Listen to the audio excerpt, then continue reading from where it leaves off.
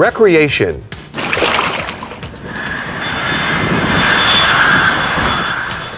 Travel.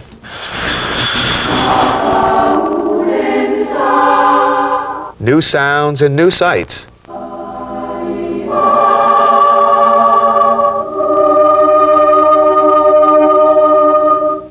Each of us has dreams about the future. They are different dreams, of course. Some yearn for new challenges and so retire from one career and move on to another. Others seek more leisure time, more peace of mind, and days of less stress. The key word today is choice. People nearing retirement age today have more choices than people ever had before in history. Choice of whether to retire, choice of when to retire, where to retire. Many choices, many questions. Whatever your age, the basic questions about retirement are: how much money am I going to need to live comfortably? Will my Social Security, my pension, the income from my savings and investments be enough? And if not, what can I do about it between now and retirement? I think the important thing people should know about retirement is that, first of all, Social Security is not going to be as good a deal in the future as it is for people who are retiring right now. Secondly, and fortunately, company pension plans are better than they've ever been with all sorts of built-in protections. But third, the combination of those two is probably not enough. You've got to be aware of what your choices are, and you've got to be aware of what the dangers are. If you put all of the things together, you can plan a comfortable retirement if you start early enough. Then, at retirement, there's the matter of taking your pension. Which way is best? It's a very important decision. It's a decision you're going to live with for the rest of your life. And there can be very big differences between how much your economic benefit from this pension is over the rest of your life. I think the most important advice I could give is act now, don't wait. You need to focus on your retirement years when you have time to think about it, as opposed to a last-minute crash decision. I know through people that we know personally, unless you prepare for your retirement, it is a disaster. This is the truth. So, let's start with what you need to know about your employer pension, an important source of retirement income. For starters, are you vested in the pension? Have you worked for your employer long enough to earn a legal right to it? Federal law gives employers two choices. One is called cliff vesting. During the early years, you're not vested at all. Then after 5 years, you become 100% vested. Under a gradual vesting schedule, you become 20% vested after 3 years on the job, and fully vested after 7. But vesting is just one component of a pension plan. You still need to understand how the calculations in your plan are made, what the contributions by your employer are based upon. So the next step is finding out what kind of plan you're vested in. People talk about pension plans generally, but there are different types. You have defined benefit plans, you have defined contribution plans. Technical terms, but the way in which they operate for the individual is significantly different. Under a defined benefit plan, you are promised a pension that is based on the number of years you work for the company and your salary leading up to the years before you retire. The pension is often based on your average salary for the past 5 years. Employees might earn, say, 1.5% of the average for each year on the job. The longer you work, the more you build up those annual credits, as well as your average salary. Here's an example. After 30 years of work, your average salary the last 5 years, $60,000. Pension credits, multiply the 30 years by 1.5%. That comes to 45%. So, your pension is 45% of $60,000, or $27,000 a year. If you work that long and earn that salary, the company promises to pay you that pension. But as the guidebook explains, if you leave the company early, you'll be penalized. Many union-negotiated pensions guarantee a specific amount at retirement, but the calculations work differently. Under one major union contract, retirees get $27 a month for each year that they worked. So someone with 30 years on the job receives $810 a month.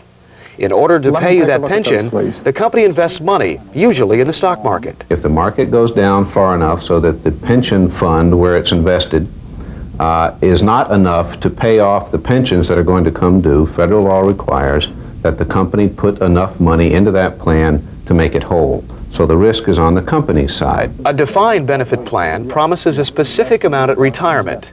The other major type of pension plan makes no such promise. With defined contribution plans, employers promise only to contribute to your pension fund each year.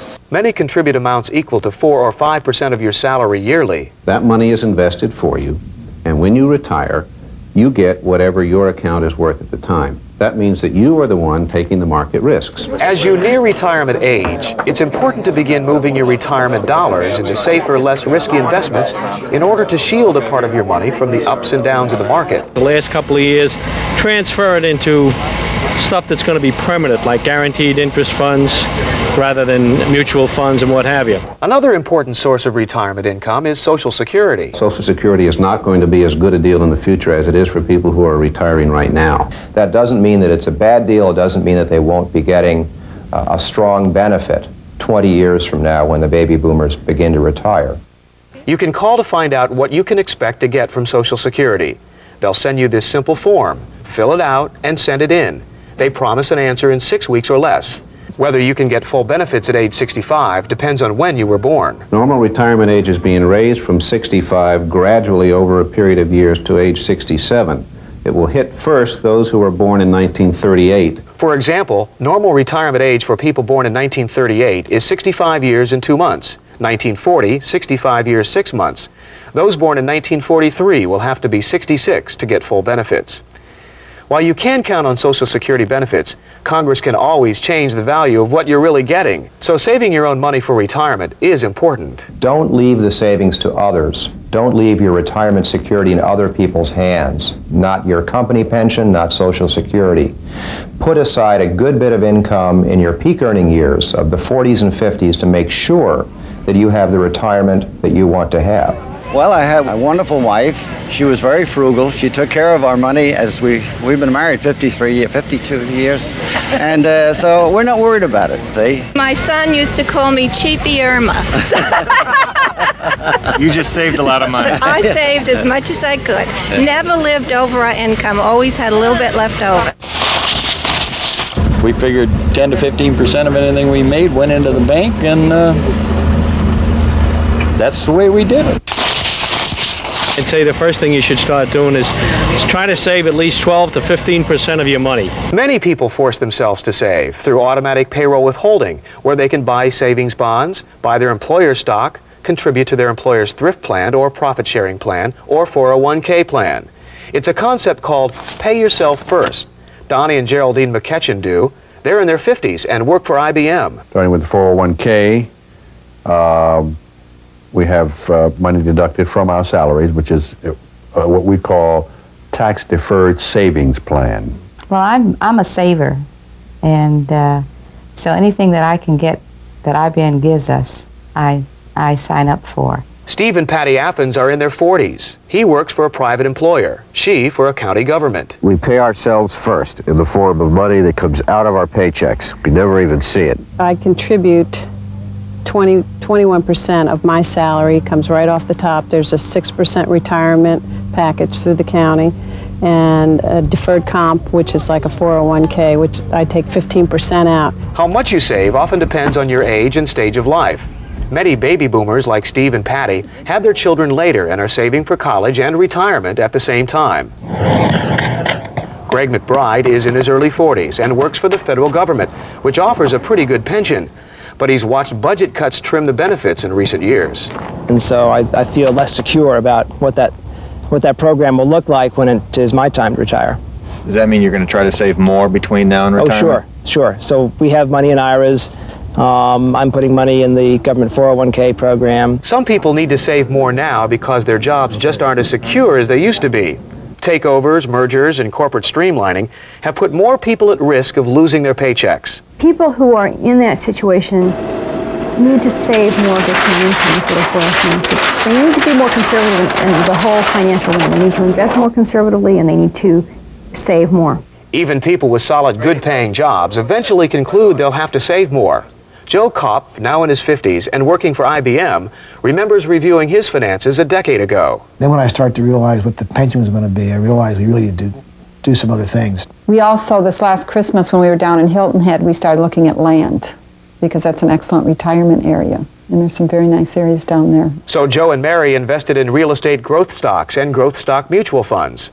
He also puts money in IBM's 401k plan, and the company matches a portion of his contribution. You can get rich on that program. But it comes with a warning of a tax penalty if you're going to need money before you're age 59 and a half, putting funds into a 401k plan may not be a good idea, because if you withdraw before 59 and a half, you'll have a penalty on early withdrawal of 10%. With 401ks, the contributions are tax deductible and the interest and dividends are tax deferred. KEOs work the same way for small businesses, a sideline business, and the self-employed. Simplified employee pensions, or SEPs, are also used by small business and the self-employed. Or consider one of the most popular saving programs ever, the IRA. An individual retirement account is definitely still a good deal. If you qualify to deduct the amount, it's one of the best deals around. But there are limits on who can deduct the full $2,000 IRA contribution.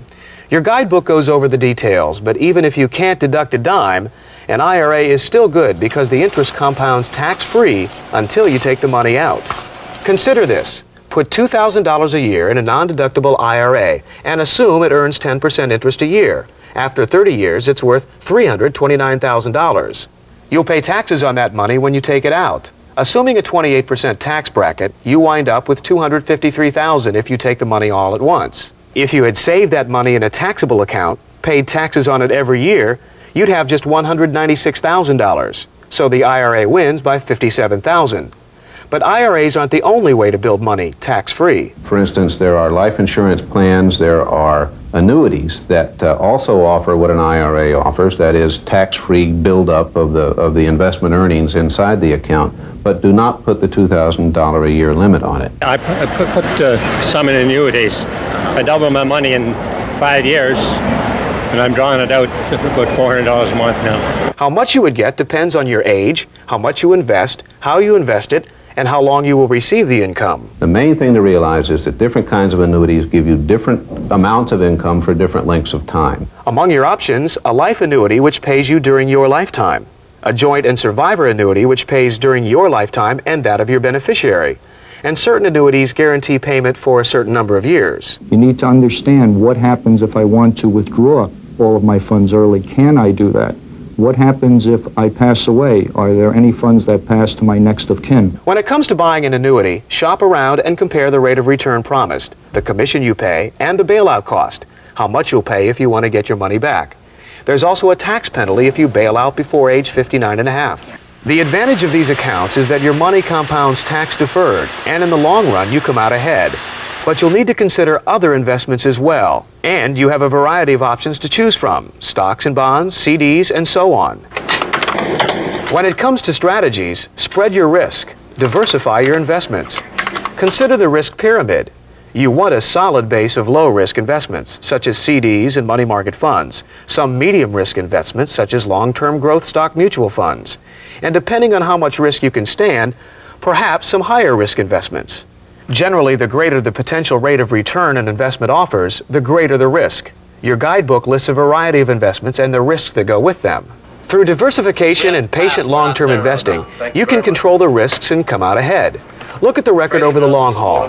On average, growth stocks have grown at a rate of 12% a year. Office and commercial real estate, 11.9%. Blue chip stocks, 10%. Residential real estate, 7.7%. Long-term bonds, 4 to 5%. Treasury bills, 3.5%. If one investment suffers, the others may improve. For example, rising interest rates could hurt stock prices, but increase your return on CDs and money market funds. The principles of sound investing are the same for people of any age. They focus on a mix of risk, a mix of types of investment, diversity, a cushion of highly liquid, accessible assets. Those principles are the same, but the mix of investments, the mix of uses to which you put your money does change with age.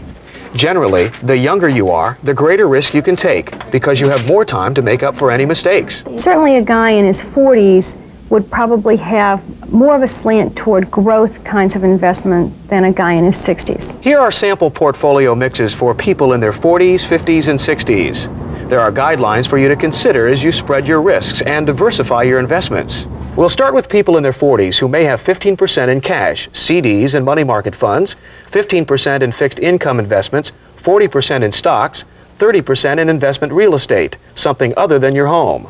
Fixed income may include bonds or bond mutual funds. Stocks may include growth stock mutual funds, which offer long-term growth, not current dividend payments.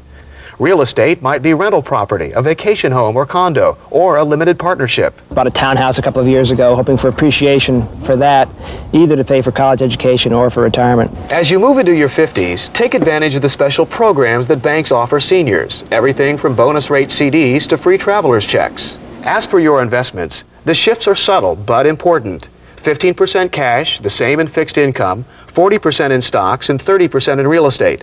The mix is the same as in your 40s, but has a lower level of risk. With fixed income, you may move some money into safer, lower-risk bond funds. Consider keeping your growth stock funds, but as you continue investing, look for less risky stocks and those that pay dividends. We've got some speculative stocks. A little bit of everything. We've got some good blue chip stocks. Our mutual funds some are aggressive, some are high yields. We have some tax-exempt bonds. Mutual fund investors should also consider growth and income-type funds, which invest in growth as well as dividend-paying stocks. And in real estate, you may want to begin scouting around for a retirement home. We own a condo in the South, and we like that, and our plan is to buy a larger house in the South at some point in time. As you move into your 60s and approach retirement, the margin for error narrows in two ways. There's less time to recover from any investment mistakes, and there are fewer income-earning years to make up for any possible loss. So the mix of investments and the level of risk should change, but not overnight. Be gradual. Gradually shift out of more risky investments, more illiquid investments as retirement nears. Increase the percentage of CDs, money market funds, bond funds, things of that sort in the portfolio. So your money pie may look something like this. 25% in each major category: cash, stocks, bonds, and real estate. With CDs, go for a mix of short and long term. Fixed income investments may include annuities. With stocks, it's important to keep some growth stock investments, but also look for stocks paying hefty dividends. What you do with your real estate in your 60s depends on various factors. Do you have the time to manage the property? Will you need the equity in retirement? Remember, real estate is illiquid. You can't sell it just any old time and get the price you want. So with a few years left to retirement, wait until you think the market is peaking, then sell. Certainly there's nothing wrong with keeping a rental property, especially if it offers a solid monthly income. And those that continue to appreciate in value are good growth investments that provide a hedge against inflation. Whatever your age, remember to stay diversified. Many companies offer employees company stock at a discount.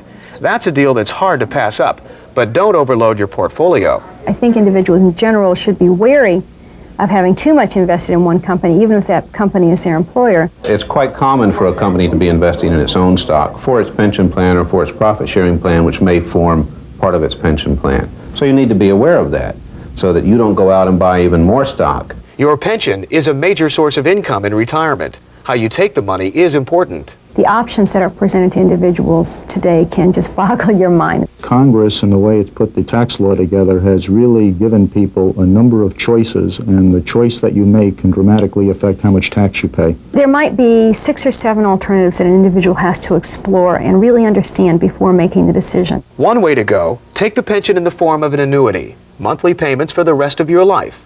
Another option, take the money in the form of a lump sum and roll it over into an IRA. But be careful how you take it. If your employer puts the money in your hands first, the IRS can now take 20% withholding tax off the top, even if no tax is due. You will get that money back in the form of a refund when you file your taxes. But in the meantime, if you're under age 55, you only have 60 days to roll over the full amount of your pension funds into an IRA before you get hit with a 10% penalty. So you would need to come up with the missing 20% from some other source. A way around this mess? Have your employer roll over the money for you. If it doesn't pass through your hands, the IRS can't touch it. Make sure you roll it over, though, so Uncle Sam doesn't take a big bite on it. Let's talk about it. An IRA rollover? IRA rollover, exactly right. What did you do? Originally, I parked it in bank money funds, okay? And then I proceeded to invest in the market. And I made some pretty good money in the market for 3 years. And then, as everybody knows, the market went kahootie. Yeah. Now I've been in something a little safer, treasuries and CDs for the last year and a half. You could roll over the lump sum into an individual retirement annuity, or take the lump sum, keep the money, and pay taxes on it under a method called 5-year forward averaging. If you keep the payout, you will have 20% withheld, which you won't get back until you file for a refund at the end of the year. But if you need a large chunk of money in a relatively short period of time to start a business or relocate, for example, 5-year forward averaging, or if you qualify, 10-year forward averaging, can significantly cut your tax bill. So, very complex choices, and very easy to make a mistake. It's a very important decision. It's a decision you're going to live with for the rest of your life. There's no going back. The company isn't even going to let you change your mind, much less the tax laws. The guidebook goes over your options in detail. Still, consider getting advice from a specialist. I really believe that this is an area where people need some professional help. Some employers will provide that help. You should be really thinking about this 1 to 2 years prior to your anticipated retirement date. It's often possible for seniors to live for years on their pension, their Social Security, and the earnings from their investments. But at some point, it may become necessary to spend some of the principal in their savings accounts. If you are finding that your income is not sufficient from a pension and from Social Security to live comfortably, you should consider drawing down your nest egg. You may have to borrow against the equity in your home. It may even possibly mean, in some cases, selling the home to free up the equity to be used to invest and enhance that income stream. Your home may be your single biggest investment, and once you hit your mid-50s, it may be your single biggest tax break. You don't have to pay taxes on up to $125,000 of profit when you sell your home if you're 55 years old, it's your principal residence, and you've lived there 3 out of the past 5 years. Selling the home frees up a lot of money. Some you can invest, the rest you can use to buy a smaller, inexpensive home in the same area or in a lower cost area of the country. But selling your home is just one alternative. I think a lot of older Americans should study a reverse mortgage. With a reverse mortgage, a lender pays you in the form of monthly loans. How much you get depends on your age and the equity in your home. You get a check every month until you move out of the house or until your death. Then the loan is repaid, usually from the sale of the house. Of course, if you live a long time and you draw down the equity in your home, it means that your home someday will go lock, stock, and barrel to the lender. There will be very little value left for your heirs when you die. But in the meantime, you have enjoyed a more comfortable living in retirement by drawing down that equity. Reverse mortgages can be an important supplement to other retirement income. Your guidebook has specific examples and information on where to find those mortgages. Reverse mortgages are difficult to find today, but they're going to become much more common. Another safe way to tap your nest egg is to take some of your savings and buy an annuity, because an annuity can pay you for the rest of your life, a guaranteed source of income. So that's one way of spending your principal with some certainty and predictability, and with the real certainty there is that it's not going to run out before you die. Another certainty of retirement is inflation. Every year it costs more to live than it did the previous year. But while Social Security benefits go up with the cost of living, private pensions don't. So what looks like a generous pension the day you retire loses buying power over the years. I retired early. I thought I was in very good shape, but as you go along, you find out that with inflation, things just not turn out the way you expect them to. Consider how 5% inflation cuts the buying power of your pension. The year you retire, every $100 of pension buys $100 of products and services. The next year, buying power drops to $95. The following year, $90 and change. Then less than $86. 5 years after retirement, you have less than $82 worth of buying power. In effect, inflation cuts your pension more than 18%. Does the pension go up with inflation? No, because in the last 9 years it has gone up once. That was, I think, in 1986 it had gone up once, and that was it. That's not as worth as much as it was when you first got it. No, it's not worth as much as when I first retired. I thought I was in very good shape at the time, but as the years go by, you find out you do fall behind, whether you like it or not.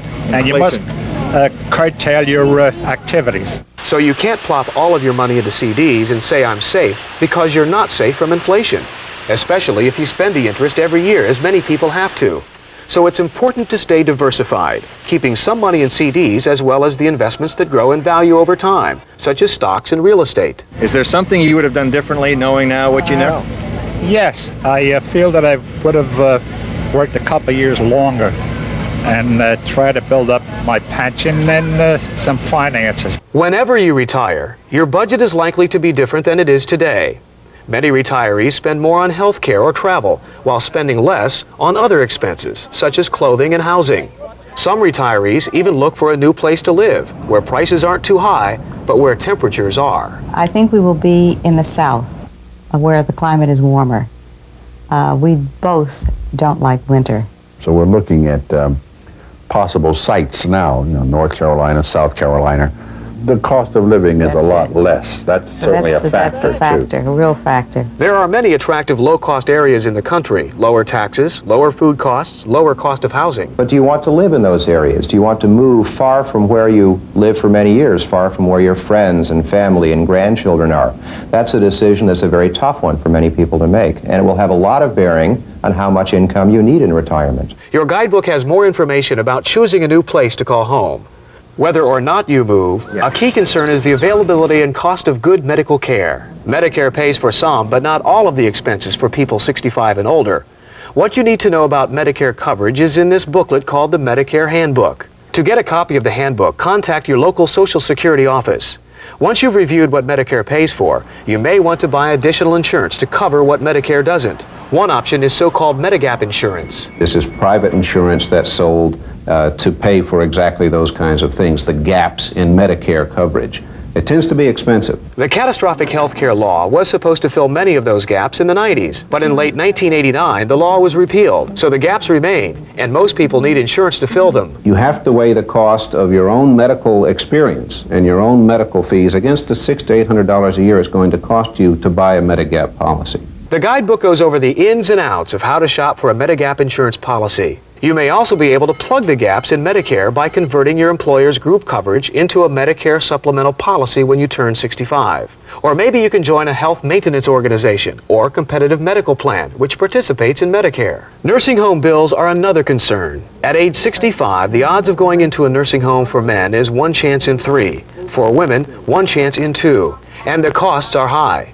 They can run $2,000 to $4,000 a month, and Medicare doesn't help much, paying only for Medicare patients who have a health problem and who need follow-up medical attention in what's called a skilled nursing facility. Medicare does not pay anything if someone goes to a nursing home for Alzheimer's disease or because they need help eating, dressing, or bathing every day. This is called custodial care.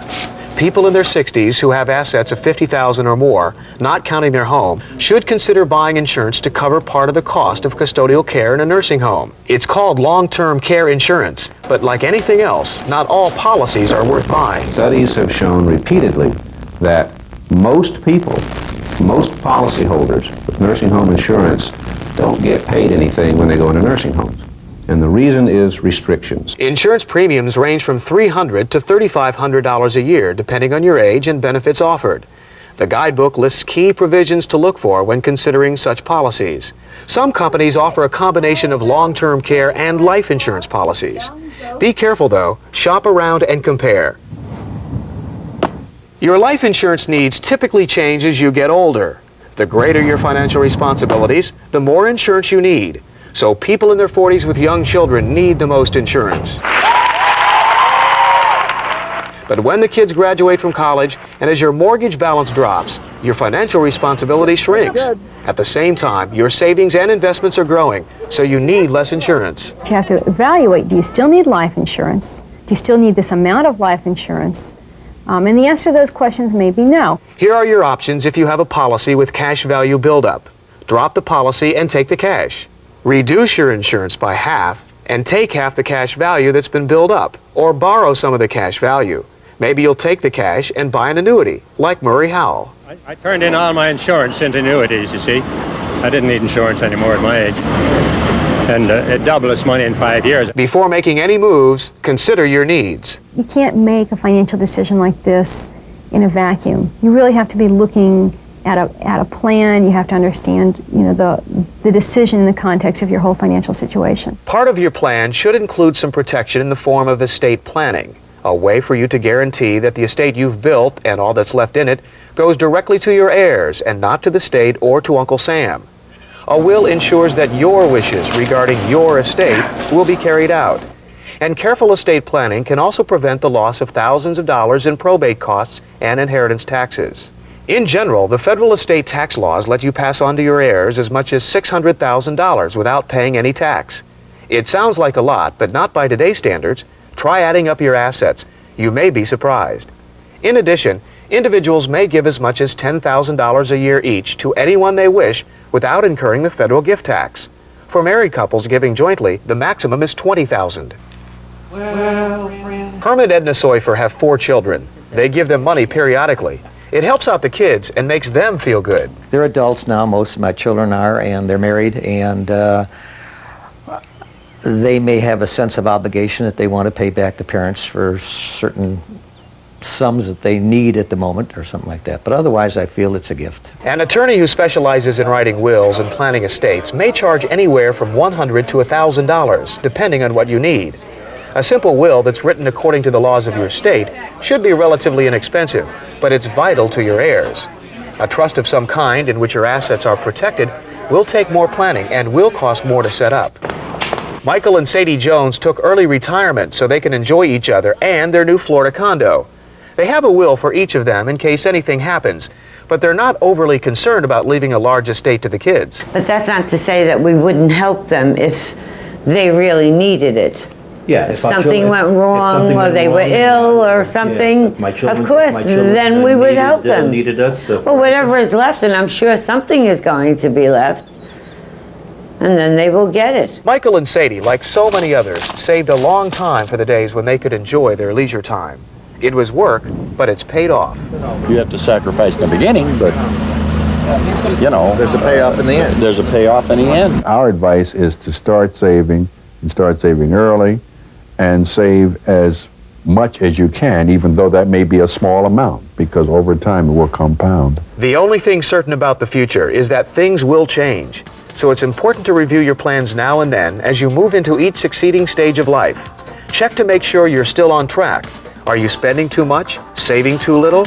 Are your investments too risky or too conservative? Invest the time now, and your golden years will be just that.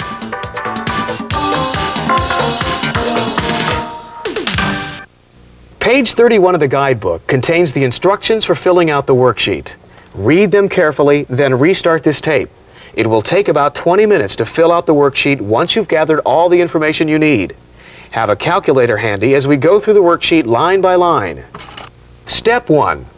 First, we'll figure out how much retirement income you'll need. Line 1, enter your current annual income.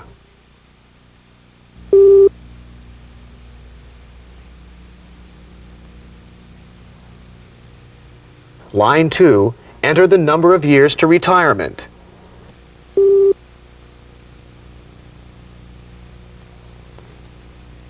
Line 3, enter the expected annual pay raises between now and retirement. Do you expect 4% a year, 5%? Pick a reasonable percentage and enter it on line 3.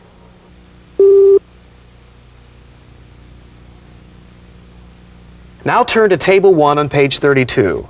You're looking for the multiplier, which is based on your expected percent pay raises and the number of years to retirement. Find where the years and the percent column intersect. That's your multiplier. Enter the multiplier on line 4.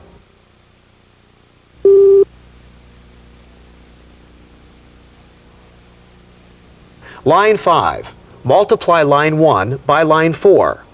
Line 5 lists your pre-retirement income, your income just before retirement.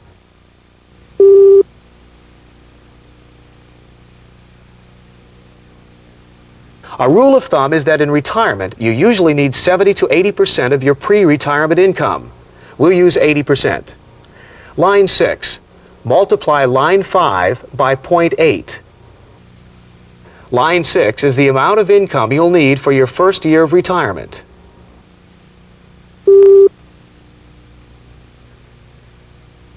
Step 2. How your current savings and investments will grow. On line 7, enter your current savings as explained in the guidebook instructions on page 31.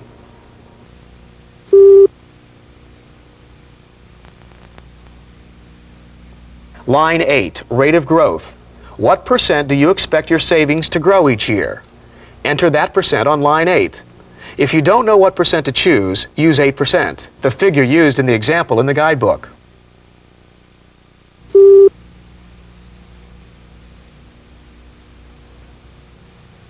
Now go back to Table 1 on page 32 and find where the percent increase you expect intersects with the number of years to retirement. That's your multiplier. Enter the multiplier on line 9.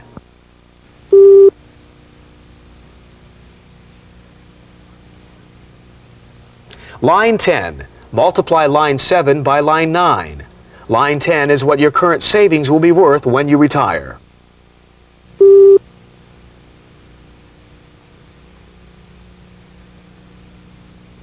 Step 3. What will your pension be worth? Fill in line 11 and line 11A according to the instructions on page 31 of the guidebook. Enter the annual pension amount on line 11 if you have a defined benefit plan. If you have a defined contribution plan, fill in the amount on line 11A. You or your spouse may have both types of pension plans.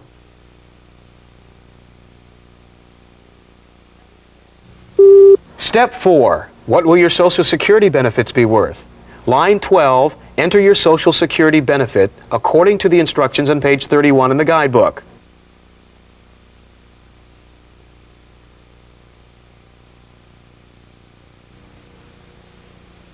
Line 13, enter the expected annual inflation rate between now and retirement. If you don't know what number to choose, use 4%.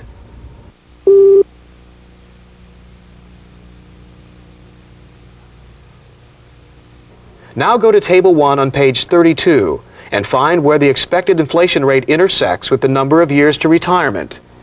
That's your multiplier. Enter the multiplier on line 14.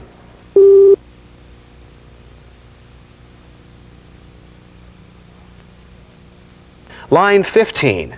Multiply line 12 by line 14. Line 15 is your Social Security benefit at retirement and reflects future increases due to inflation.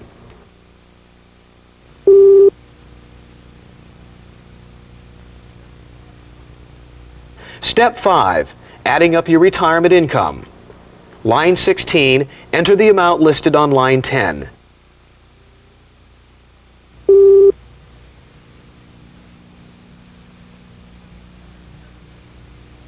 Line 17, multiply line 16 by line 8. Line 17 tells you how much annual income you'll get from your savings when you retire.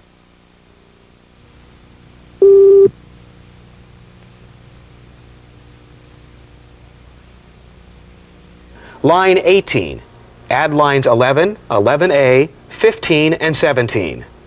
Line 18 is your projected retirement income from all sources.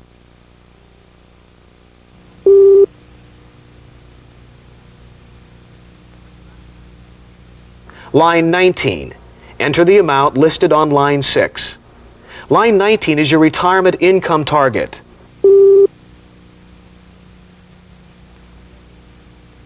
Line 20, subtract line 18 from line 19.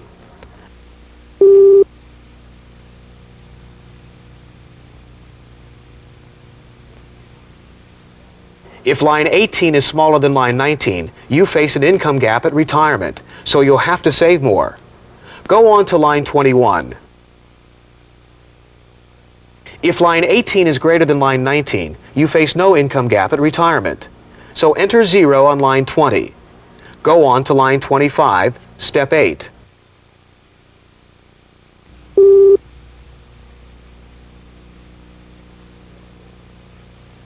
Step 6. How much more savings are needed to close the gap if there is one? Line 21. Divide line 20 by line 8. Line 21 is how much additional savings you'll need at retirement.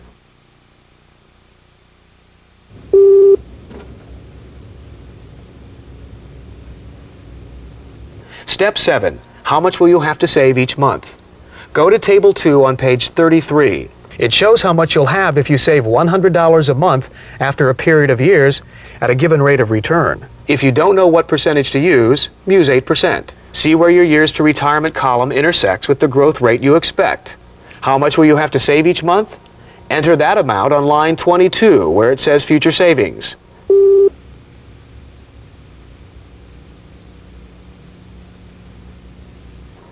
Line 22 is how much additional savings you'll have at retirement if you save $100 a month until you retire. If line 22 matches or exceeds line 21, then you only need to save $100 every month until you retire. If line 22 is smaller than line 21, you'll need to save more than $100 a month. How much more? Go to line 23. Divide line 21 by line 22.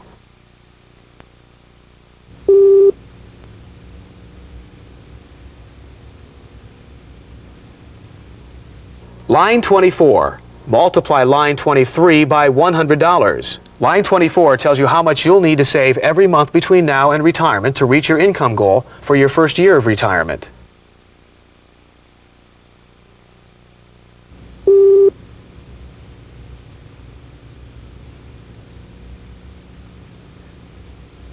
Step 8. Now you know how much you need to save to at least begin retirement. But having enough to begin doesn't mean you'll have enough to maintain your standard of living later on. Our next step, figuring how much income you'll need 5 years after retirement. We'll start on line 25, where you'll enter the amount listed on line 26. Choose one of the options listed under line 26 in the guidebook. The multiplier is based on what you expect the inflation rate to be each year after retirement. If you don't know what number to choose, use 1.22.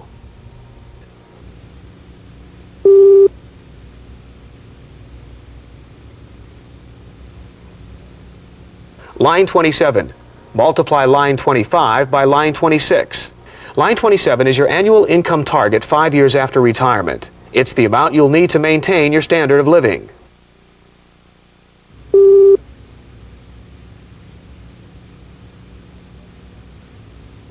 Step 9. Where will the money come from? First, we'll adjust your Social Security income for inflation.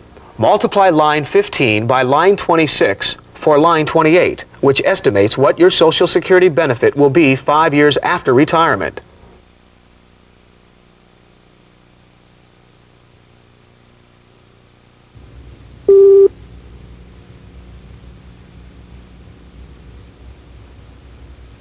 Line 29. This line is only for people who have defined benefit plans. If your pension does not increase with inflation each year, enter the amount on line 11.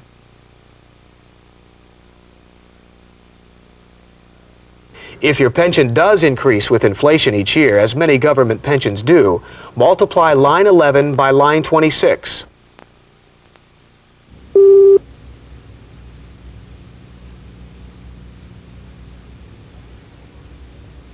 Add lines 17 and 20 to get line 30, which tells what your annual income from your savings will be 5 years after retirement.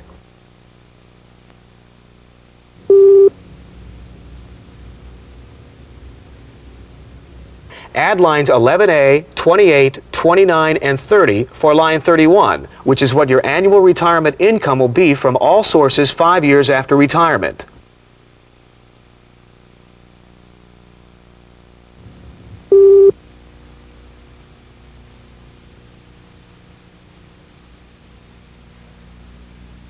Line 32. Subtract line 31 from line 27.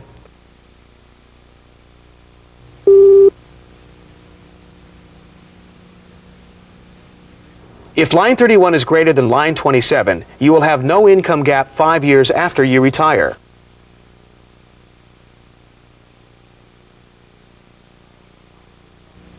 If line 31 is smaller than line 27, you will have an income gap. Go on to step 10. How much more savings do you need to make up for the shortfall? Divide line 32 by line 8 to get line 33. This tells how much additional savings you'll need at retirement in order to maintain your standard of living 5 years after you retire.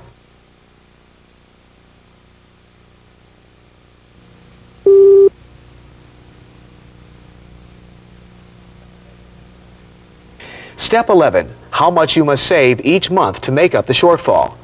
Divide line 33 by line 22 for line 34.